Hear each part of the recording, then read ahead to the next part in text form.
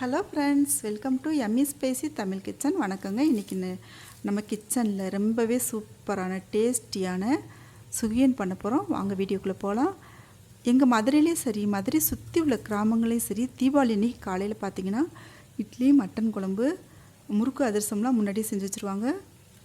அடுத்து வந்துட்டு இந்த சுகியன் எல்லார் வீட்லேயுமே கண்டிப்பாக இருக்கும். பச்சி, வடை, அப்பம் இது எல்லாமே இருக்குங்க. இப்போ ஒரு குக்கர் அடுப்பில் வச்சுக்கலாம். அடுப்பில் வச்சுட்டு ஒரு கப்பு 200 மில்லிகிராம் அளவுக்கு நான் கடலைப்பருப்பு எடுத்துகிட்டு 1 மணி நேரத்துக்கு முன்னாடி ஊற வச்சு வச்சுருக்கேன். அதை வந்து குக்கரில் சேர்த்துக்கலாம். நல்லா கழுவிடணுங்க, அது ரொம்ப முக்கியம். இது வந்துட்டு இப்போ 4 விசில் விட்டு எடுத்துக்க போகிறோம். இந்த 200 மில்லி எவ்வளோக்குள்ள ஓரளவுக்கு போட்டிருக்கேன். சப்போஸ் நீங்கள் உடனே செய்யணும், சரி பருப்பு ஊற வைக்க டைம் இல்லை அப்படின்னு சொன்னீங்கன்னா குக்கரில் ஒரு 10 விசில் விட்டிங்கன்னா கரெக்டாக வெந்து வந்துடுங்க. இப்போ 4 விசில் விட்டு ஆவி போயிடுச்சு. இப்போ குக்கர் திறந்து பார்க்கலாம். இப்போ பாருங்கள், நல்லா வெந்து வந்துடுச்சு. இந்த மாதிரி பார்க்க முழுசாக இருக்க மாதிரி இருக்கும். கையில் எடுத்து நசுக்கி பார்த்தீங்கன்னா ரொம்ப சாஃப்டாக இருக்கும். இப்போ நல்லா வெந்து வந்துடுச்சு. இந்த டைமில் வந்துட்டு நம்ம மசிச்சு வச்சுக்கலாம். தீபாவளின்னு வந்துட்டாலே கிராமங்களில் முறுக்கு அதிரசம்லாம் வந்துட்டு முன்னாடியே செஞ்சு வச்சுருவாங்க. ஒரு வாரத்துக்கு முன்னாடியே பார்த்தீங்கன்னாக்க பலகாரம் செய்கிறதுலாம் ஆரம்பிச்சிருவாங்க. இப்போ பார்த்தீங்கன்னா நல்லா மசிஞ்சு வந்துடுச்சு. இதுக்கு என்ன தேவையான பொருள்னு பார்த்துக்கலாம். இட்லி மாவு எடுத்து வச்சுருக்கேன் நான்.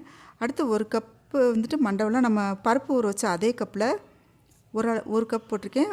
தேங்காய் வந்துட்டு உங்களுக்கு தேவையான அளவுக்கு துருவி வச்சுக்கோங்க. 3 ஏலக்காய் எடுத்துக்கோங்க. இப்போ வந்துட்டு நீங்கள் இனிப்பு உங்களுக்கு இன்னும் ஜாஸ்தியாக இருக்கும் வேணும் அப்படின்னு நீங்கள் நினச்சிங்கன்னா இன்னும் கொஞ்சம் இனிப்பு சேர்த்துக்குங்க. இன்னொரு 1/2 கப் சேர்த்துக்குங்க. ஆனால் இந்த 1க்கு 1 போடுறது வந்துட்டு ரொம்பவே கரெக்டாக இருக்கும். இப்போ ஒரு பாத்திரத்தை அடுப்பில் வச்சுட்டு வெல்லத்தை பாகு காய்ச்சி எடுத்துக்க போகிறோம். இந்த பாகு வந்துட்டு ரொம்ப முறிஞ்சு போகிற அளவுக்குலாம் கொதிக்கணும் தேவையில்லைங்க. கம்பி பதத்துக்கு அளவுக்குலாம் கொதிக்கணும் தேவையில்லை. நல்லா கரைஞ்சிட்டாலே போதும். தண்ணி ரொம்பவே கொஞ்சமாக தான் விடணும். இப்போ வடிகட்டி எடுத்துக்கலாம். இந்த வடிகட்டி எடுக்கும்போது பிளாஸ்டிக் ஜல்லடை எடுக்காதீங்க. பிளாஸ்டிக்கில் நீங்கள் எடுத்திங்கன்னா அது வந்துட்டு நம்ம கண்ணுக்கு இந்த சூடு பட்டோடனே கண்ணுக்கு தெரியாமல் வந்துட்டு பிளாஸ்டிக் உருகி வரும்.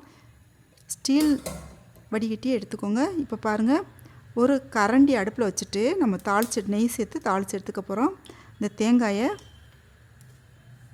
அது நல்லா செவந்து வர்றது வரைக்கும் நீங்கள் இந்த மாதிரி வதக்கி எடுத்து வச்சுக்கிட்டிங்கன்னா ஃப்ரிட்ஜில் வந்துட்டு 1 மாதம் வரைக்கும் ஸ்டோர் பண்ணி வச்சுக்கலாங்க. இந்த பூரணத்தை நம்மளுக்கு தேவைன்னா ஒன்று இட்லி மாவு இருக்கு இல்லையா, அதை எடுத்து வச்சுட்டு எல்லாத்துக்குமே ஆல்ரெடி இட்லி மாவு இருக்கும். அதை எடுத்துகிட்டு இந்த பூரணத்தை உருட்டி வச்சுருந்தோன்னாக்கா அதை எடுத்து நம்ம உடனே பொரித்து கொடுத்துக்கலாம். இது நல்லா வதக்கி விடணும். இந்த தேங்காய் துருவல் வந்து நல்லா வதங்கிடணும், பச்சையாக இருக்கக்கூடாது. இந்த வாசனை வந்துட்டு நெய்யோட வாசனையும் தேங்காயோட வாசனையும் இந்த சுகியத்துக்கு வந்துட்டு ரொம்பவே டேஸ்ட்டாக இருக்கும். இப்போ நல்லா வதக்கலாம். பாருங்கள், பொன்னிறமாக வதங்கிடுச்சு பாருங்கள். இந்த அளவுக்கு வதக்கி எடுத்துக்கோங்க. இப்போ இந்த தேங்காய் துருவல் இதோட சேர்த்துக்கலாங்க. நான் இப்போ இந்த பால் காய்ச்சும் போதே நான் வந்துட்டு ஏலக்காய் பொடி போட்டுட்டேன். 3 ஏலக்காய் பொடி பண்ணி அது உங்கள்கிட்ட காட்டாமல் விட்டுட்டேன். இது வந்துட்டு நல்லா கலந்து விட்டுக்கோங்க. கலந்து விட்டுட்டு அப்படியே அடுப்பில் வச்சு நீங்கள் கிளறி விட்டுக்கிட்டே இருங்க. கிளறி விட்டுகிட்டே இருந்தோன்னா இந்த மாதிரி கெட்டியாக வந்துடும். ஆல்ரெடி நம்ம வந்துட்டு நெய் சேர்த்துருக்கோம். தேங்காய் வதக்கும் போது அந்த வாசனையோட கம்மக்கம்மன்னு வாசனையோட நல்லா வதங்கும் போதே அவ்வளோ ஒரு வாசனை வரும். இந்த வெள்ளை பாகுக்கும் தேங்காய் நெய்யில் வதக்கணுக்கும் இது நல்லா கெட்டியாயிடணும். இது பாருங்கள், நல்லா கெட்டி பதத்துக்கு வந்துருச்சு. இந்த கடலைப்பருப்பு, இந்த வெல்லம், தேங்காய் எல்லாமே நீங்கள் உருண்டை பிடிச்சி பார்த்துக்கலாம். இந்த டைமுக்கு உருண்டை பிடிக்க வருது அப்படின்னு சொன்னால் நீங்கள் ஸ்டவ்வை ஆஃப் பண்ணிவிட்டு உருண்டை பிடிக்க ஆரம்பிச்சிருங்க. பாருங்கள், இந்த எலுமிச்சம்பழ சைஸ்க்காச்சும் இந்த உருண்டை இருக்கணும். இந்த 200 மில்லிகிராம் நீங்கள் பருப்பு போட்டு 200 மில்லிகிராம் வெல்லம் போட்டிங்கனாக்க கண்டிப்பாக இதில் 40 உருண்டை வருங்க. இந்த மாதிரி நம்ம வந்து உருண்டை பிடிச்சி வச்சுக்கலாம். இப்போ வந்துட்டு ஒரு பாத்திரத்தை அடுப்பில் வச்சுட்டு எண்ணெய் சேர்த்து எண்ணெய் காய விடலாம். சில்வர் பாத்திரம், ஈய பாத்திரம் இதெல்லாம் வச்சோன்னாக்க கீழே போய் பிடிச்சிக்கும். இந்த சுயம் வந்து பிடிச்சிக்கும். அதனால் வந்து கொஞ்சம் நான்ஸ்டிக் பாத்திரமே யூஸ் பண்ணுங்கள் இந்த பொரிச்சு எடுக்கிறதுக்கு.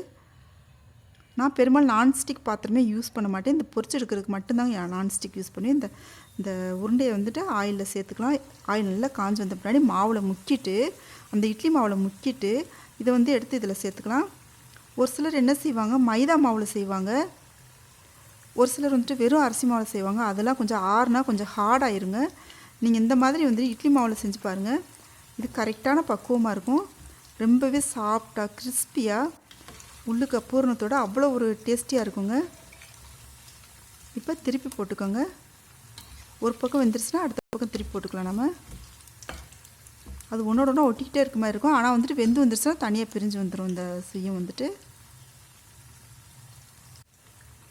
நல்லா வெந்து வந்துருச்சு பாருங்கள். நல்லா பொன்னிறமாகிறது வரைக்கும் நீங்கள் வந்து வெந்து வரட்டும். இப்போ வந்துட்டு சுயம் ரெடி ஆயிடுச்சு.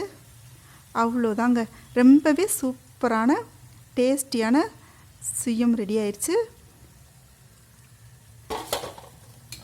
நீங்கள் இது வரைக்கும் நம்ம சேனலை சப்ஸ்கிரைப் பண்ணலை, இந்த ரெசிபி பிடிச்சிருந்துச்சின்னா நம்ம சேனலை சப்ஸ்கிரைப் பண்ணிக்கோங்க, பெல் ஐக்கானை கிளிக் பண்ணிக்கோங்க. எப்படி இருந்துச்சுன்னு சொல்லி கமெண்ட் பண்ணுங்கள், லைக் பண்ணுங்கள், ஃப்ரெண்ட்ஸ்க்கு ஷேர் பண்ணுங்கள். தேங்க்யூ.